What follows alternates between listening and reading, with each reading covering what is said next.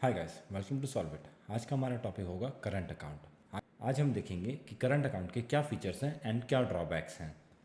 Current account के definition के साथ जाते हुए, current account is mainly for traders and those dealing with money on day to day basis.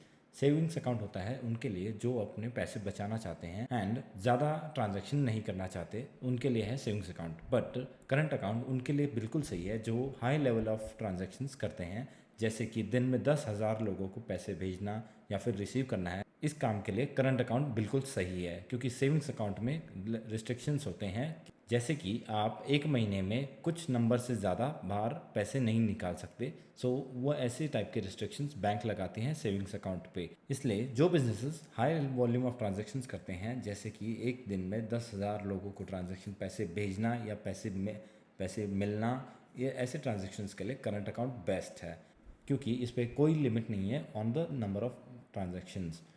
आज ये देखते हैं कि की पॉइंट्स टू रिमेंबर में क्या है कि नो ट्रांजैक्शनल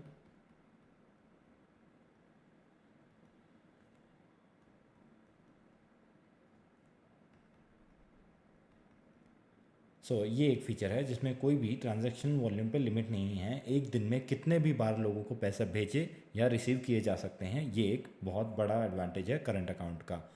इस अकाउंट के लिए बैंक एक पासबुक भी इशू करता है एंड एक चेकबुक भी इशू करता है कस्टमर को। इसमें सबसे बड़ा ड्रॉबैक करंट अकाउंट का ये है कि द बैंक डज नॉट पे any interest on the money in this type of account. आप इस अकाउंट में चाहे जितना भी पैसे रख लें, आपको बिल्कुल भी इंटरेस्ट प्रोवाइड नहीं करेगा बैंक। पॉइंट्स टू रिमेंबर में ये लिखेंगे कि नो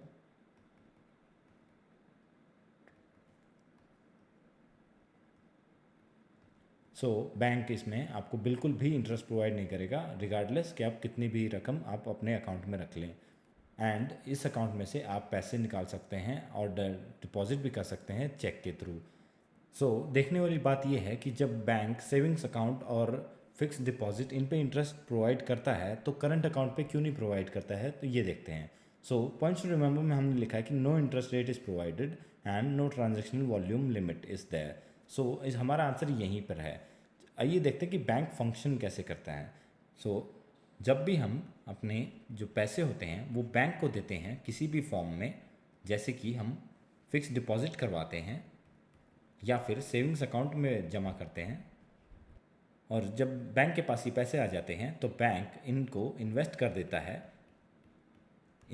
है in the terms of loans. Bank loan provide कर देता है या फिर कंपनीज को दे देता है, जिससे वो कंपनीज अपना काम करके उन्हें बैंक्स को रिटर्न उस पर इंटरेस्ट रेट प्रोवाइड करके, इंटरेस्ट रेट पे करके बैंक्स को वापस देते हैं प्रिंसिपल अमाउंट के साथ में।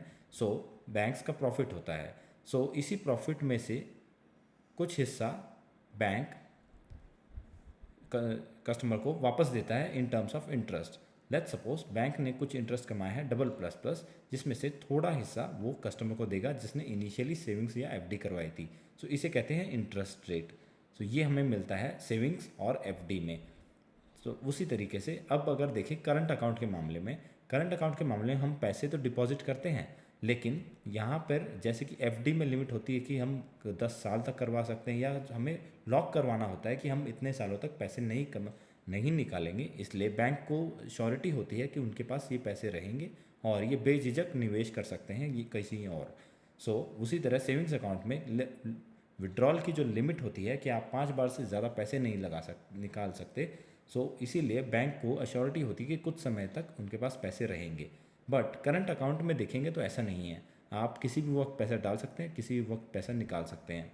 बैंक के पास ये गारंटी नहीं है कि जो आपने जो रकम दी है इनको, ये इनके पास ही रहेगी, जो कि कभी भी आप निकाल सकते हैं। इसलिए बैंक आगे निवेश नहीं कर सकते, और रिस्क को ना लेते हुए बैंक्स ये डिसाइड करते हैं कि आपको कोई भी इंटरेस्ट रेट नहीं दिया जाएगा, बल्कि आपको ये फीचर दे दिया जाएगा कि आप कितने भी बार ट्रांजैक्शन कर सकते हैं एंड आपको इंटरेस्ट रेट प्रोवाइड नहीं करेगा। इसलिए इस कारण की वजह से आपको बिल्कुल भी इंटरेस्ट रेट नहीं मिलता है करंट अकाउंट पे। पर फिर भी कुछ कुछ ऑप्शंस हैं जिसके थ्रू आप इंटरेस्ट रेट पा सकते हैं करंट अकाउंट में ही। करंट अकाउंट में जो फीचर्स हैं, जैसे कि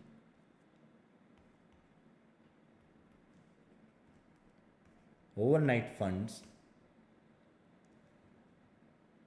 या लिक्विड फंड्स। सो ओवरनाइट फंड्स या लिक्विड फंड्स क्या होते हैं कि ये एक प्रकार के फंड्स होते हैं जिनमें आप पैसे निवेश कर सकते हैं शॉर्ट टर्म के लिए।